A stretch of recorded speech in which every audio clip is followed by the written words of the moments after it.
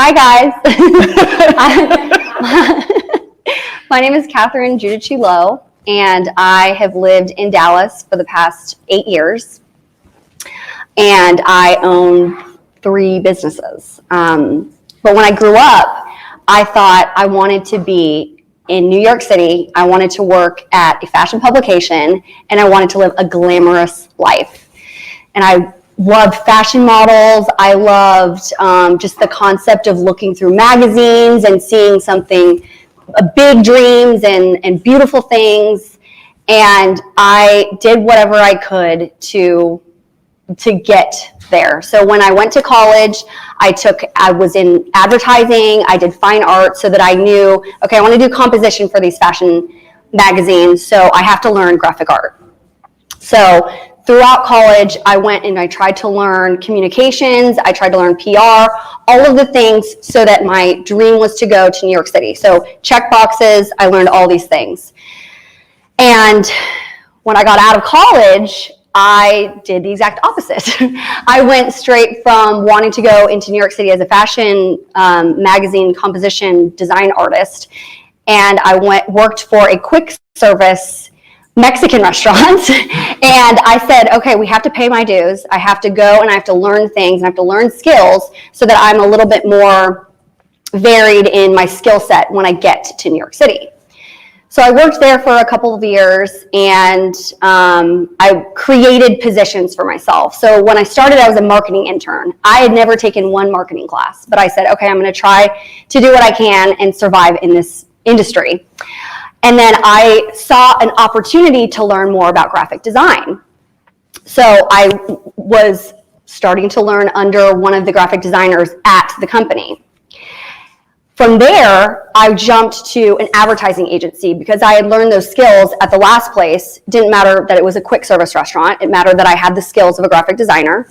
And I went to a very small but very well-known graphic design agency or advertising agency in Seattle called Wexley School for Girls. And I applied as a visual designer, and I had no business being a graphic designer. I learned what I could, but I was not competitive whatsoever. I said, this is what I want to do, so I'm going to keep adding things to my resume as if, like, fake it till I make it.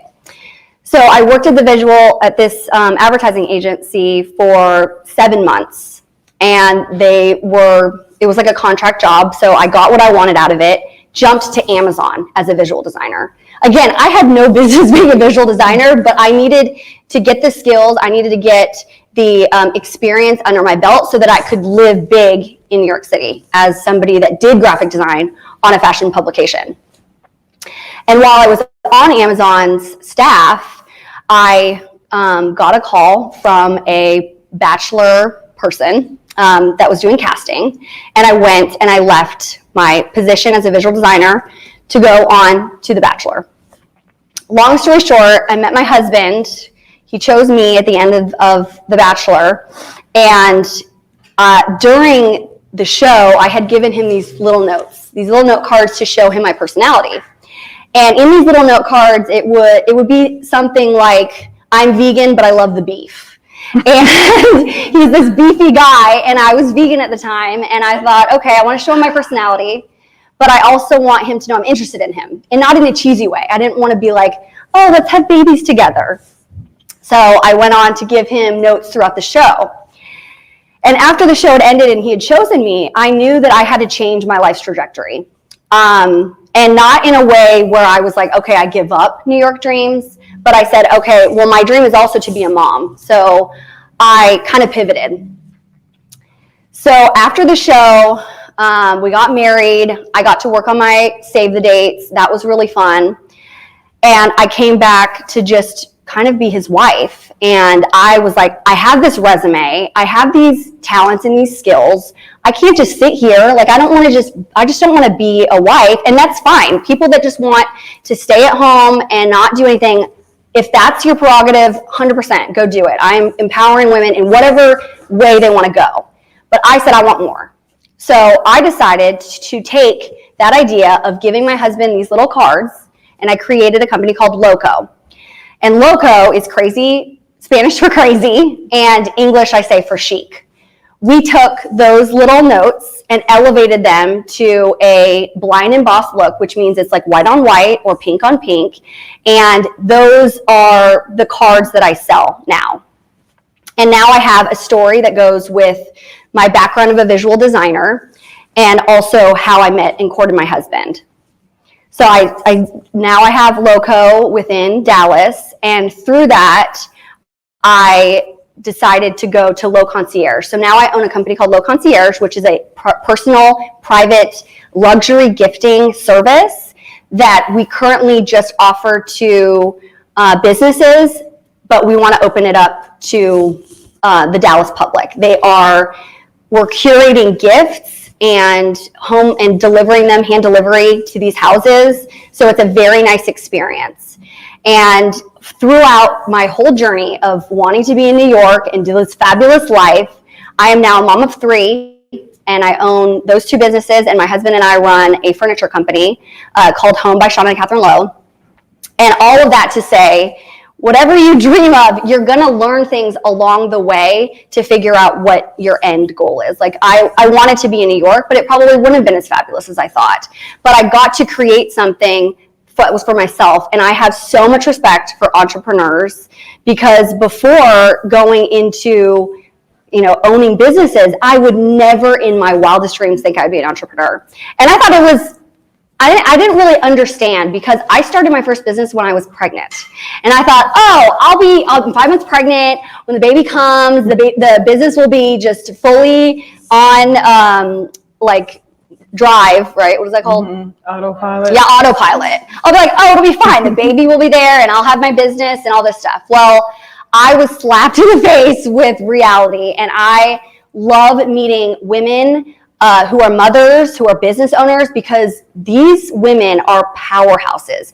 You can do it all and also figure out how to manage your life and balance all of these things. And I think being able to be in a community of women who have set aside other things and really focus their life on what matters to them and really worked together, because I'm not here by myself. I'm not here because I came up with this idea and I did it all. I had to ask somebody how to even start a business. So I asked a woman who owns a business here, and she was vulnerable enough and candid enough with me to share her resources so I could get started. And then I go to another woman, and she's willing to help me. And so I think the women in Dallas are very unique in that they want to help other women succeed, because we're already met with so many challenges as women who start businesses. And then mothers, add that to it. It's such a hard challenge, and it's a position that we are really grateful for, that we know is really important, but it's really hard to navigate. So I love being able to be with women who are trying to figure it out on their own, but are willing to ask for help too. So that's my story. Okay. Well, I'm Jasmine. Nice to see everyone here. I'm the founder of Her Texas. We're the first ecosystem for women that work, live, and do business here in the state of Texas. And Catherine, I have to ask this question before we ask all the other questions. I feel like I have your 4th business idea. Oh gosh, okay, I'm ready. You should help women write their dating profiles. Oh, that's cute. Seriously though, if I had some of that, seriously, I wouldn't. I'm just thinking about that. No, seriously. But no, congratulations on all the success you've had with your companies. I've always thought that business is kind of like a baby in a way, that you grow, you pour everything into it, you love it, and the hope is for it to kind of grow into something kind of amazing too. I am an entrepreneur, and I'm having a hard time just managing with trying to work out, grocery shopping, my coworker / colleague / husband Cash, my dog. So I'm curious how you are doing this idea of balancing it and having it all. Do you think that is a myth, or do you think it's possible for women to have a balance between work life, professional life, me life? I think it's 100% possible. But I also think that you have to be real about what your priorities are. And I think you should be able to pivot every 3 to 6 months. You need to reevaluate what you want for your business, what you want for your life, because it is really hard to say, okay, well, within this year, I want X, Y, and Z for my business. then you get pregnant, or your child has a chapter of life that you really want to be present for. You have to be able to say, okay, well, for the next 3 months, I'm going to work really hard to attain this goal. Because I also want to be able to be present for my children and show them that I'm working hard, but that I'm also here to love on them and to be present for what my favorite thing is work-life balance. I think I do a pretty good job because I'm not chasing success in terms of what other people might find success. I feel like I'm really successful because I have a family that I'm present with and a business that I'm present with when I can. But I think prioritizing those things at different chapters is really, really important. Like my daughter just turned 17 months. I have 3 kids, and my most recent baby just turned 17 months. Now I feel like I can breathe. Now I'm going to say, okay, let's go hard on my business. I want to achieve X, Y, and Z, because I can step away from her and not have breastfeeding hours and not have all these other things. And I feel like it's really achievable if you understand what you're capable of. My sister-in-law, she wakes up at 4:15 in the morning so that she can get her work done before the kids get up. It's really, you have to figure out what's important to you and what you're willing to take away or to add for you to feel successful in what you're doing. For me, success is feeling like my family comes first and I get to live out the dreams a little bit that I had before, things that I worked for and the skills that I learned. So I think it's really important to reevaluate your priorities every 3 to 6 months. If you're a mom, if you own your own business, and be willing to work with other women, help them, because they're probably gonna help you later on too. So huge proponent of that, because I know most of us, if you started a business or anything, like, you wouldn't be anywhere without the help and support of women and the cool guys too that get it. Let's not forget them. There's a couple that's amazing too. I really loved when you said you want to really go hard on your business now too. That I was like, I got a little tingle when you said that. So I'm like, that's exciting, especially because now things are opening back up and we're starting to feel very kind of optimistic about stuff too. What does that mean, go hard on your business? Can we talk about like growth strategies? Like if you're like thinking about your business is here, it was doing okay, or some businesses have been popping and doing really great during COVID and pandemic. Some have not. But if I am looking at my business and like, I want to like take it to the next level, what does that look like for you? So for me, the potential that I see in Low Concierge, which is our gifting service, I think is very big. And last year, this was our 2nd year in business, we had, I think, like 10 referrals the day that we hand delivered the gifts for our other clients. So we haven't been able to assess those potential businesses, but in the next 2 months, we're going to pitch to them. We're going to be able to reach out to them, telling them what we offer, because we have a solution for busy professionals to take care of their gifting services, propose gifts for them so that they can honor their clients or their employees. Oh, I love that. Yeah. So, and if you guys have questions, feel free to let us know. I'm curious though, you said about like defining what success is. I think it's really hard as entrepreneurs. I've been a CEO for successful companies and some that have just been embarrassing. I mean, just Facebook reminds me all the time. I was talking about this earlier about something I really don't remember. It tells you, it pops up. Yeah, it pops up. Like, remember this idea? But like this idea of imposter syndrome, I deal with it, which people never believe that. It's like, Jasmine, you've had so much success. You're always doing all this stuff. I'm like, do you know the ice cream and the wine consumption that's happened because of just wondering, do I belong here? Am I doing things correct? Do people actually view me as a CEO? Can you talk about that? Like, this is your first company, LoweCo was your first company. How did you define what it meant to be CEO? Or did you have any kind of imposter syndrome where you're like, I got this, I'm good? Well, I didn't, honestly. When I was working for other people, I knew that at 5 o'clock I would live my life. And that was, to me, success. I didn't want to climb a ladder and be the best because I also wanted to have that work-life balance from a really, really early place. And not that I'm, I think it's different because some people want to prioritize their business. They want to get to the top, and they're happy with their life being small and not a ton of being able to take care of themselves or go to parties or do things that are unexpected. And that to them is success. So I think for you to understand what is success to me before you go into an endeavor, before you go into a season, I think is really, really important. Because if you understand your goals, whether that's, hey, I want to take a trip, or I want to exponentially grow my business, those are different. And I think that as women, as mothers, as people that own businesses, I think if you want a work-life balance, I think it's important to evaluate your priorities and understand what your goals are and what success means to you. No, totally agree. I definitely have wanted to have that balance of life. Has it happened? No. Because I think it's also challenging. I'm curious too for those mothers that are single moms that are there doing it themselves. That's true. It's just you with that computer and I've got cash sitting there. It's just us, right? Yes. We're just working, and really if no one says anything, you look up, it's like 11 o'clock. Yeah. So I'm curious, what's your advice, A, 2 things for single mothers that are trying to balance it, and B, if they're looking for love? I'd like to know, like, what should we be looking for? Like the top 3 things we know he's the one. Because the single mothers are like, I want this business to be successful, but it'd be nice to have someone to share with eventually. So do you have any advice for how should they navigate that? And then also, how do you know he's the one? Well, I bow down to single mothers who are working. I mean, it is already hard as mothers to be mothers. I mean, parenting is such a huge position, and to be able to work to provide for your family, I mean, I feel like that's an undervalued position. And I have no advice for them because they are doing what they need to do for their families, and I would like advice from them, to be honest, because they are really heroes, I feel like.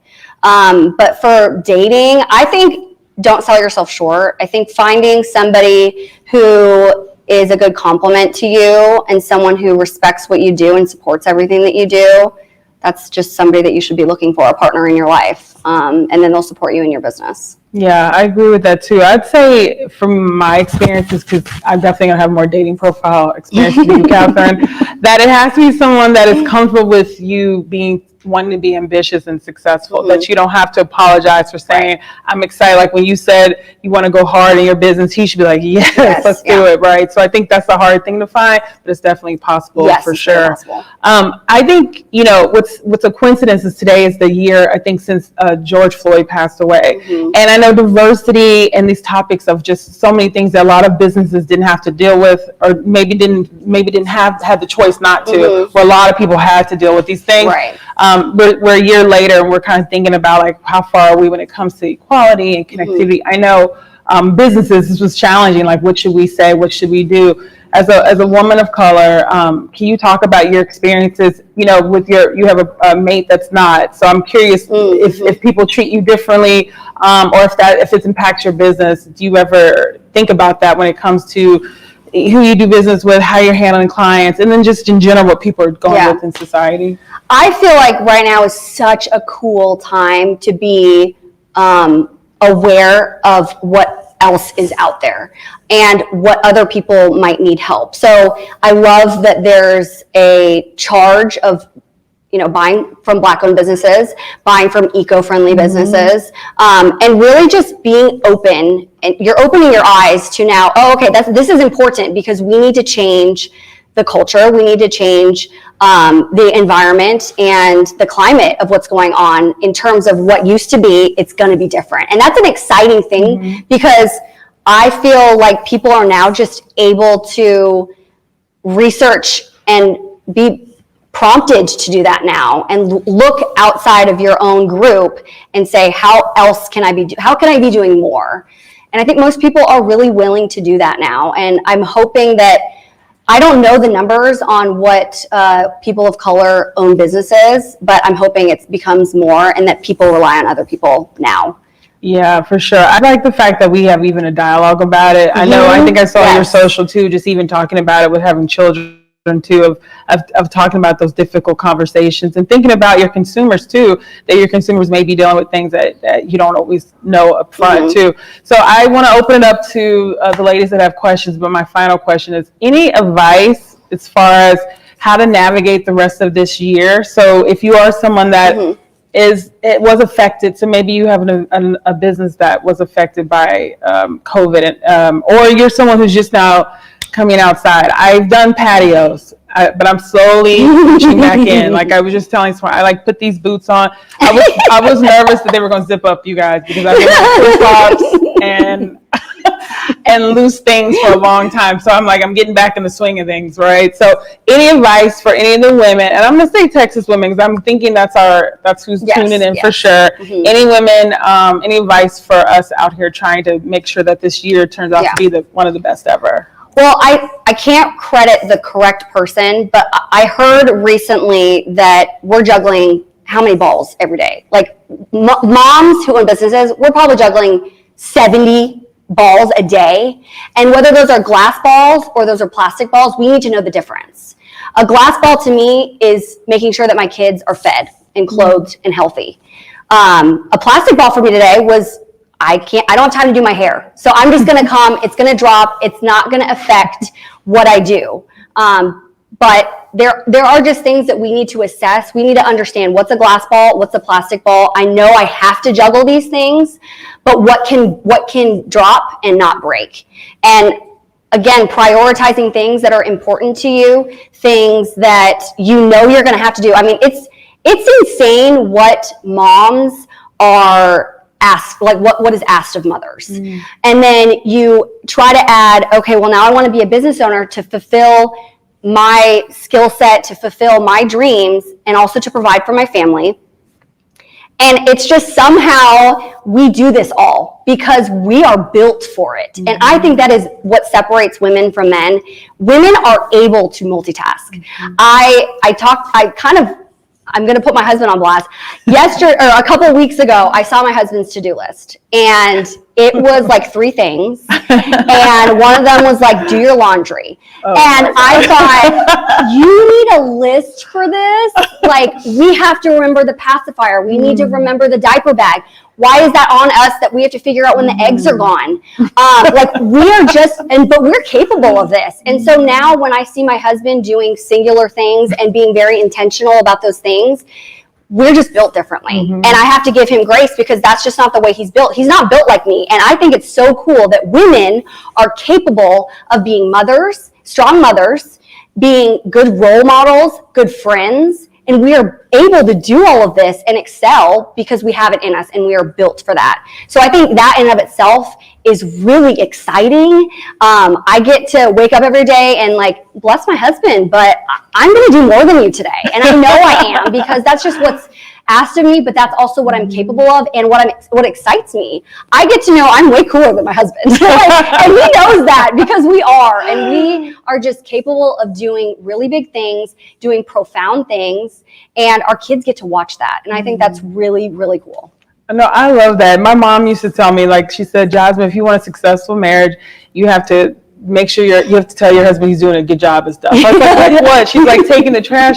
So I'm like, they like that. They like that. Yeah, she's like, that's the key to it. And I was like, that's probably why I'm not married yet. So, any questions? Can we take any questions from any ladies? Yes.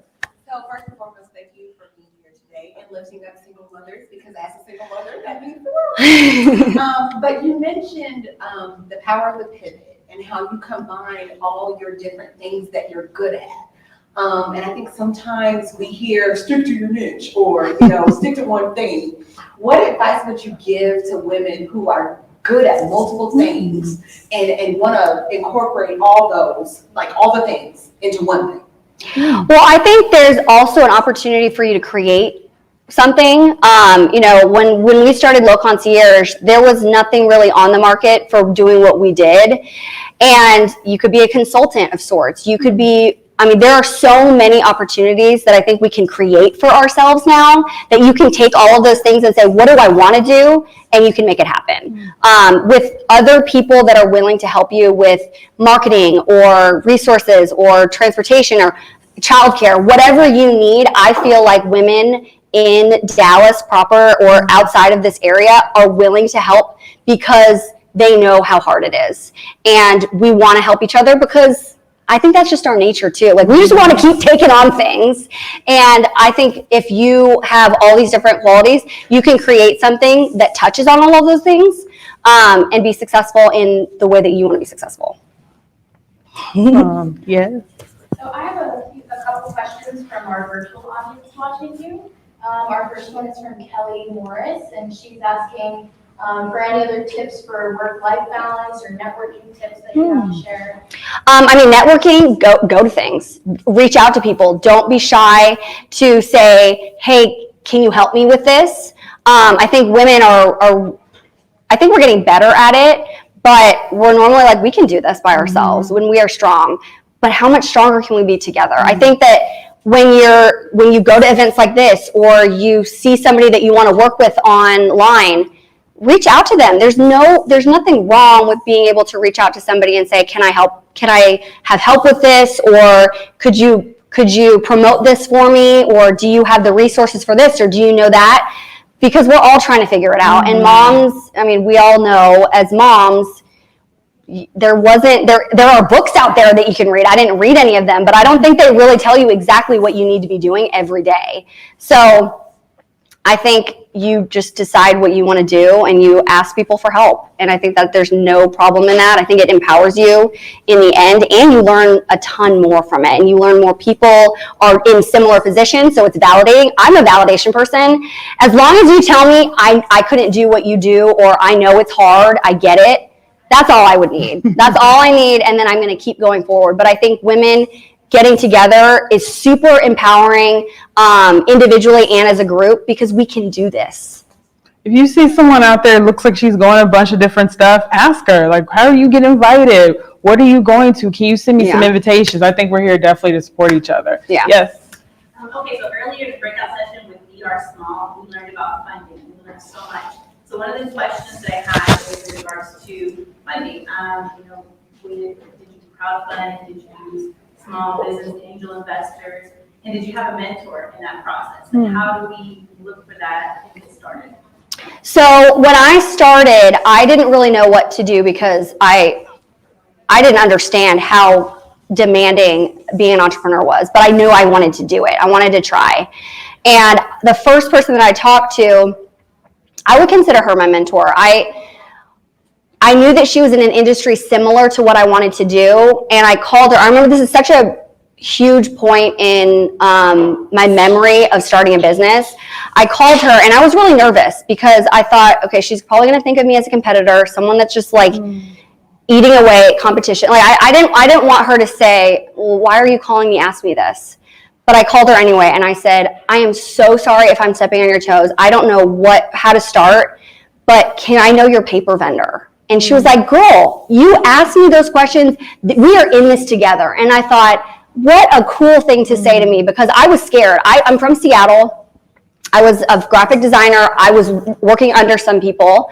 And I came here and I was like, well, I want to start something. Where do I even go? And I think, again, going to somebody and humbling yourself and saying, I'm really sorry if this steps on your toes, or if this is a really stupid question, but I want to know X, Y, and Z. And I think people will respond to you. And so I really looked at her, and I also looked at the girl that she sent me to as people that could help me with my business. And if you're vulnerable with people and you kind of share, hey, I'm just starting out, can you help me? People are so willing to do that. Now with funding, I've created a business plan. I've created all of the pieces that I could ask for money.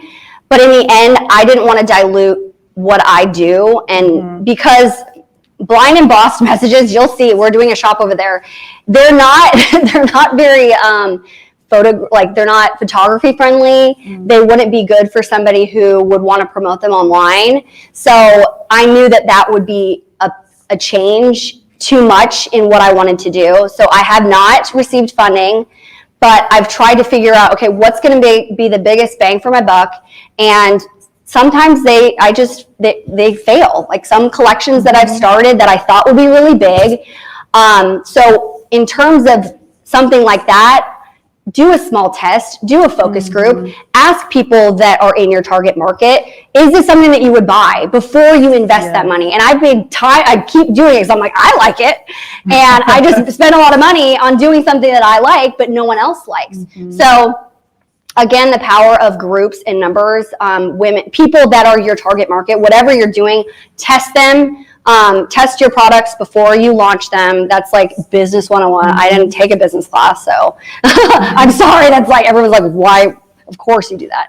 But I do focus groups, and then through those focus groups, I found out how to go through different networks, and now I'm gonna, this is a good idea. So I feel like it depends if you want to look outward for money, or if you want to figure out, how do I fund it? Maybe a lot of people just have regular jobs that don't fulfill them to fund their fun projects that they want to eventually be entrepreneurs with. I love that focus group idea though. Yeah, it's awesome. I have a question. If obviously, so you said you were on The Bachelor, or still on The Bachelor.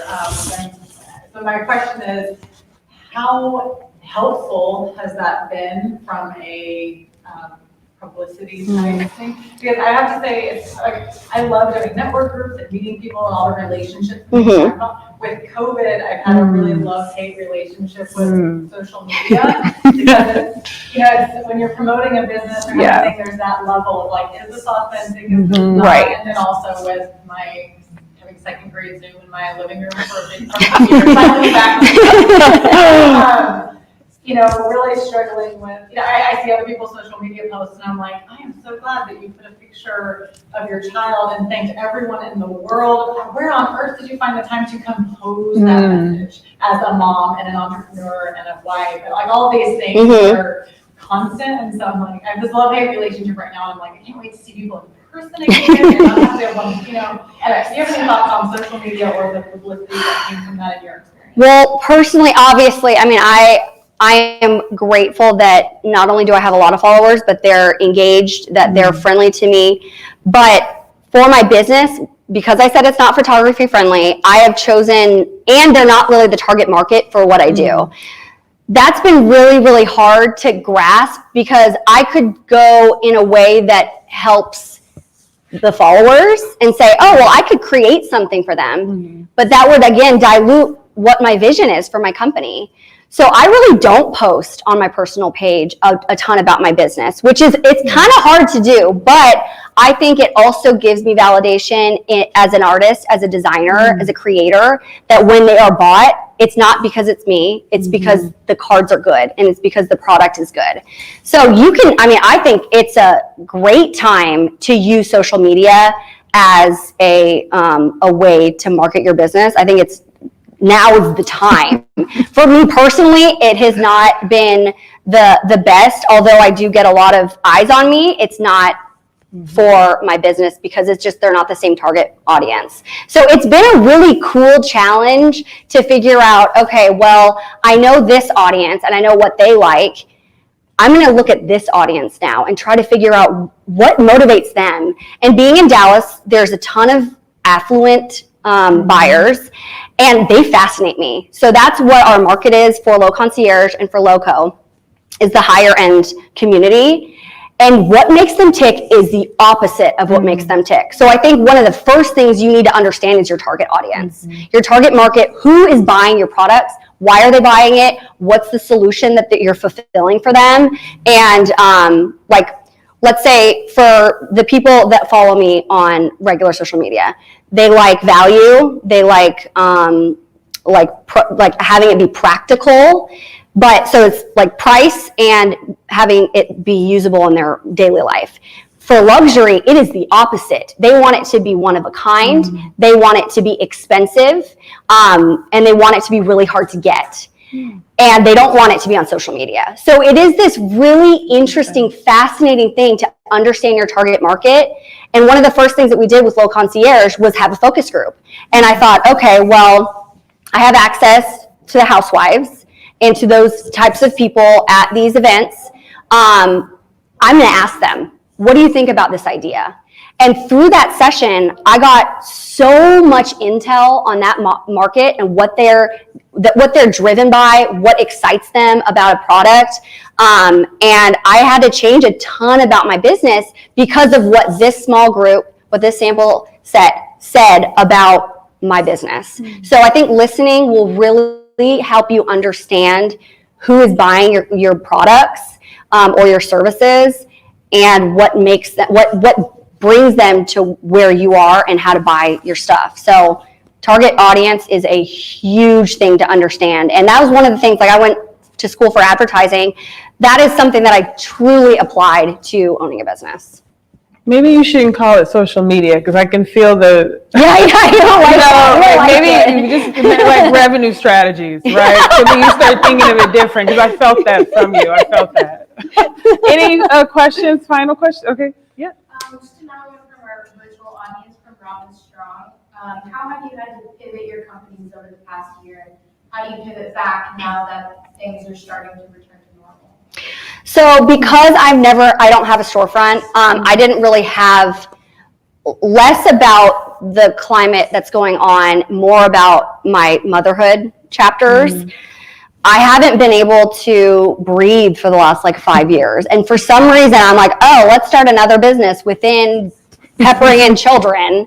But I think, again, trying to reassess every 3 to 6 months, depending on the chapter, what you want for those next couple months, is really, really important for your mental health, for the goals that you have set. I mean, all around, for balance, you need to understand what your goals are and how you're going to get there. Like this chapter is, I want to go hard on my business. I want to be more present with excelling my success in the business world.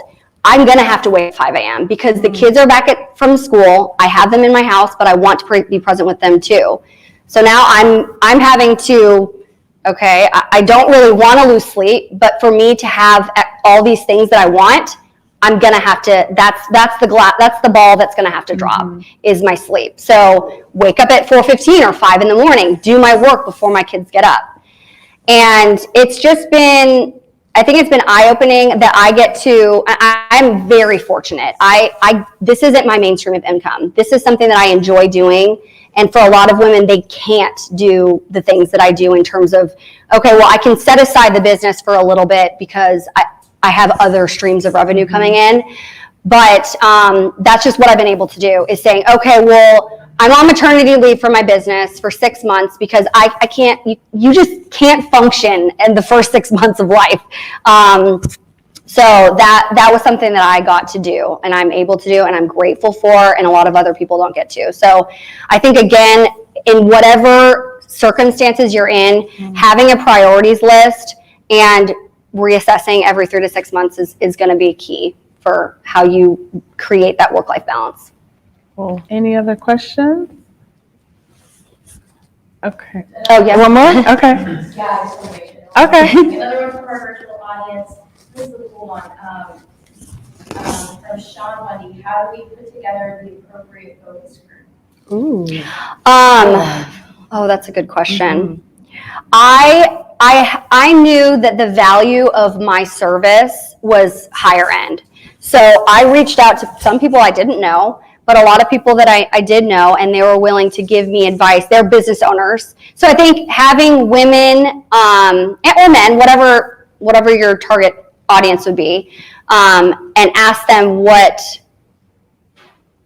all the questions that you can. I would do a presentation and make sure that those people, because a lot of people want to be anonymous when they're giving you responses. So be able to have papers ready for them to do their own evaluation. I kind of did a focus group where I was there, which I don't think is technically scientifically a focus group if I'm there talking to them, because it's usually this product or the service, but I hadn't launched anything yet. So I guess it was, I don't even know if you call it a focus group, but I would look at what's the most comparable business to what you're going to offer or product. Try and see who they follow or who they've been inspired by, and try to mimic that within your own community. So I had really high-end business owners that created products that would likely be a similar audience to my product and service. I got women that were mothers that understood like my chapter in life, and then just some housewives, because I knew, okay, well, this is a service for the affluent. I need those women here. And that was it.